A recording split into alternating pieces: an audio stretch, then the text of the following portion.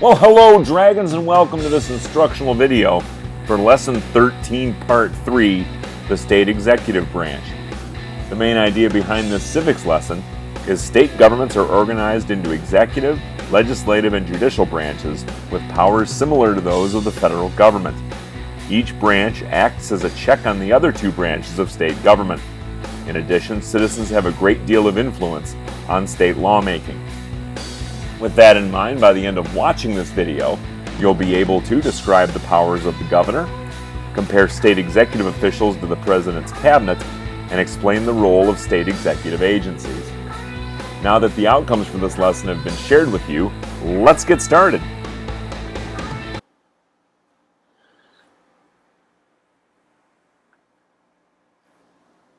The executive branch of state government is led by a governor and a group of executive officials.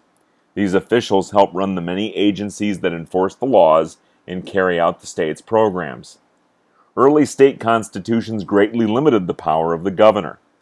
Over the years, however, many state constitutions have been changed in order to give the governor more power to take on the growing responsibilities of state government.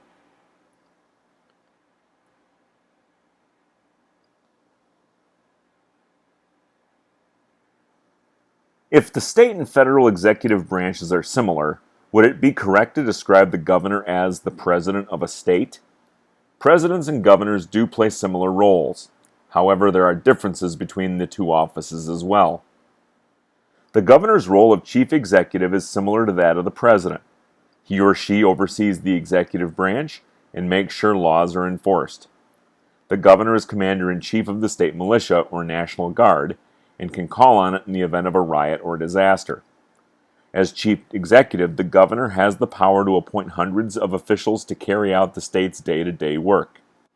However, as you will learn, limits on governors' powers of appointment can greatly affect their ability to achieve their goals.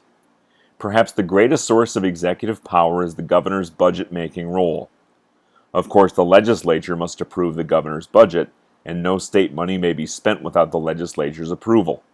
However, because the governor usually writes the budget, he or she still has a good deal of control over how much money various agencies get.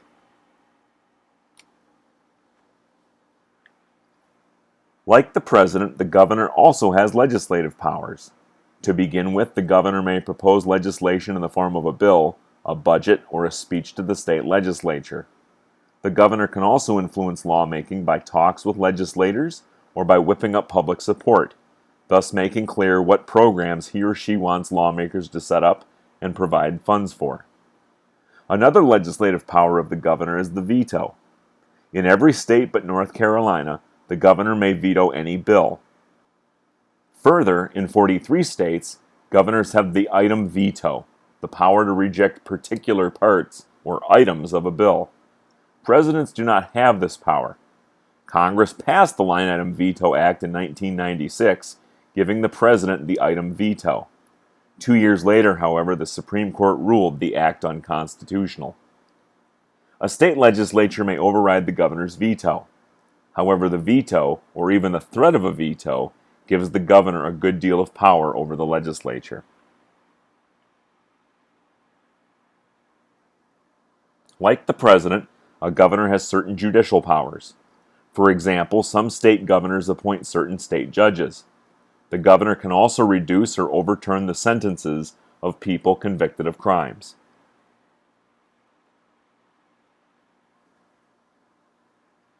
In most states, a governor must be at least 25 or 30 years old, an American citizen, and a resident of the state. Terms of office are usually 4 years, and about half the states limit the number of terms a governor may serve in a row.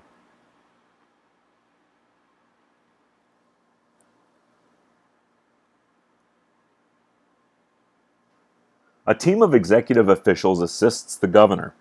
These officials include the lieutenant governor, who performs a role similar to that of the vice president, the secretary of state, who has charge of official records and documents and supervises elections, and the attorney general, the state's chief legal officer.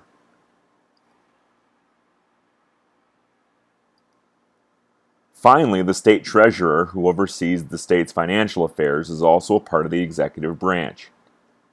Some people have compared state executive branch officials to the president's cabinet. However, presidents can select their own cabinet members, while many state executive officers are elected by the voters. Therefore, the governor may have to work with executive officials who do not share the same goals and may belong to a different political party.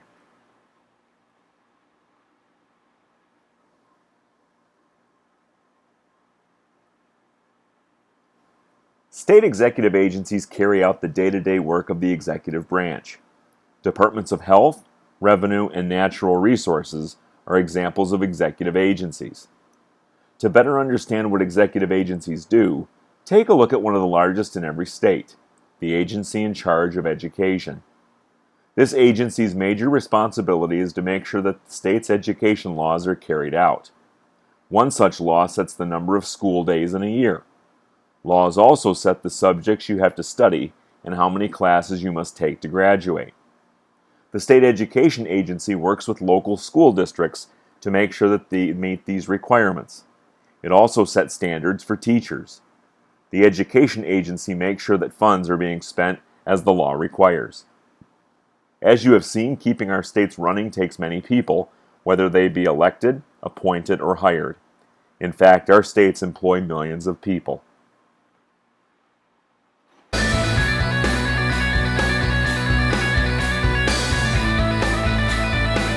So that's the way it is with Lesson 13, Part 3, the State Executive Branch. At this point, you should know that governors and the president both have similar roles, but there are also differences in their jobs, and governors appoint many officials in the executive branch, but key executive positions are elected. Don't forget to subscribe to my channel to have the entire catalog of civics videos available at your fingertips. Click the subscribe button and then click the follow bell to receive notifications as to when the channel is updated. Thanks for watching, and I'll catch you in class, Dragons.